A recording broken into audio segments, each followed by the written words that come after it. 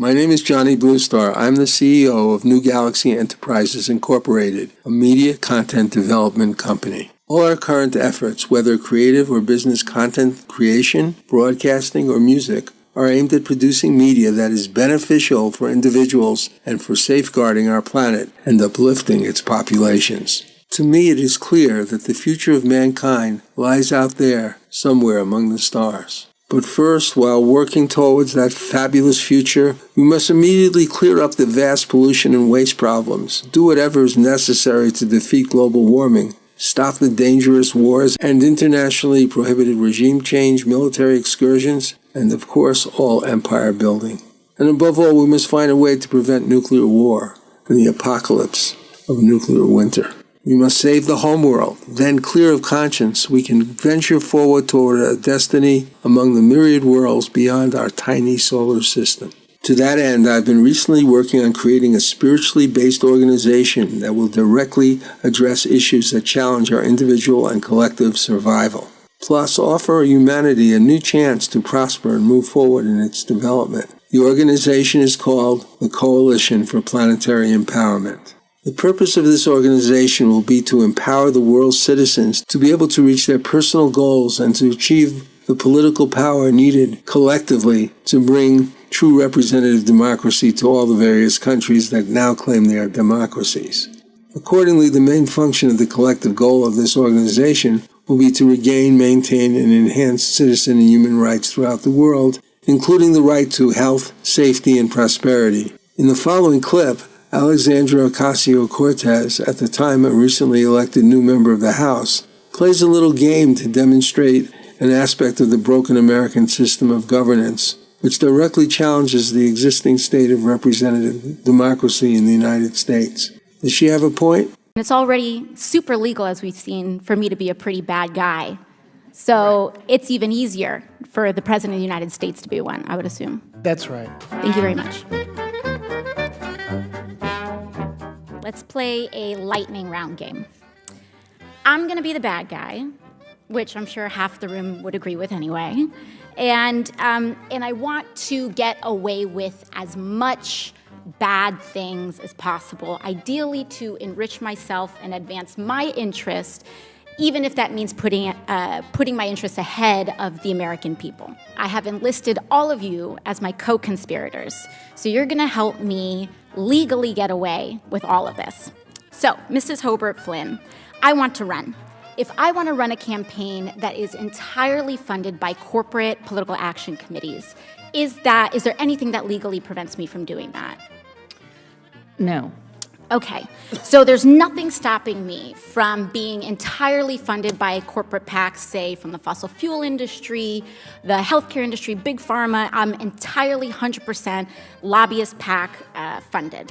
Okay, so let's say I'm a really, really bad guy, and let's say I have some skeletons in my closet that I need to cover up so that I can get elected. Mr. Smith, is it true that you wrote this article, this opinion piece for the Washington Post entitled, "These payments to women were unseemly, that doesn't mean they were illegal"? Well, I can't see the piece, but I wrote a piece under that headline in the Post, so I assume that's right. Okay, great. So, green light for hush money. I can do all sorts of terrible things. It's totally legal right now for me to pay people off. And that is considered speech. That money is considered speech. So I use my special interest dark money funded campaign to pay off folks that I need to pay off and get elected. So now I'm elected, now I'm in. I've got the power to draft, lobby, and shape the laws that govern the United States of America. Fabulous. Now, is there any hard limit that I have? Perhaps, Mrs. Hobart Flynn, is there any hard limit that I have in terms of what legislation I'm allowed to touch? Are there any limits on the laws that I can write or influence, especially if I'm based on the special interest funds that I accepted to finance my campaign and get me elected in the first place? There's no limit. So there's none. So I can be totally funded by oil and gas. I can be totally funded by Big Pharma, come in, write Big Pharma laws, and there's no limits to that whatsoever. That's right. Okay, so awesome. Now, Mr. Mirabani, the last thing I want to do is get rich with as little work possible. That's really what I'm trying to do as the bad guy, right? So is there anything preventing me from holding stocks, say, in an oil or gas company, and then writing laws to deregulate that industry and cause, that could potentially cause the stock value to soar and accrue a lot of money in that time? You could do that. So I could do that. I could do that now with the way our current laws are set up. Yes? Yes. Okay, great. Is it possible that any elements of this story apply to our current government and our current public servants right now? Yes. Yes. So we have a system that is fundamentally broken. We have these influences existing in this body, which means that these influences are here in this committee shaping the questions that are being asked of you all right now. Would you say that that's correct, Yes. Mr. Marabani or Mr. Schaub? Yes. All right, so one last thing, Mr. Schaub.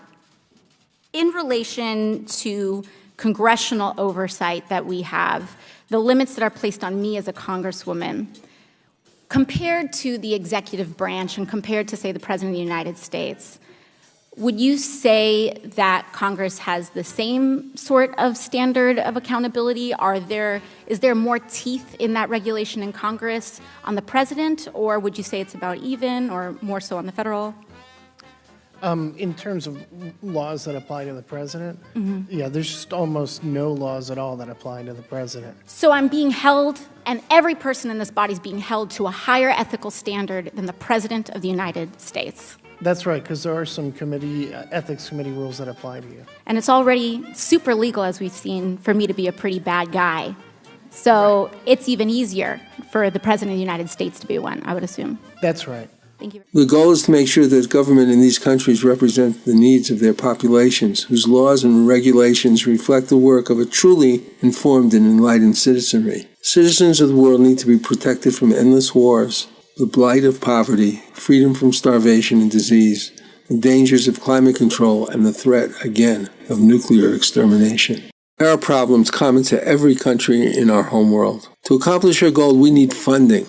Although a website, a broadcast center, and an associated forum will be sufficient to provide the resources to our members to informatively assist with their individual spiritual and personal goals, the coalition will need a specially constructed social network infrastructure to enable their collective goals. With this network, members will also be provided with the resources to communicate with corporate business and mainstream media, which has provided an enhanced mechanism for government to challenge citizen and human rights in the so-called democratic nations of the world. The first social network will be constructed for citizens in the United States, and once perfected, will be passed over to citizens of other countries to customize them for their own needs.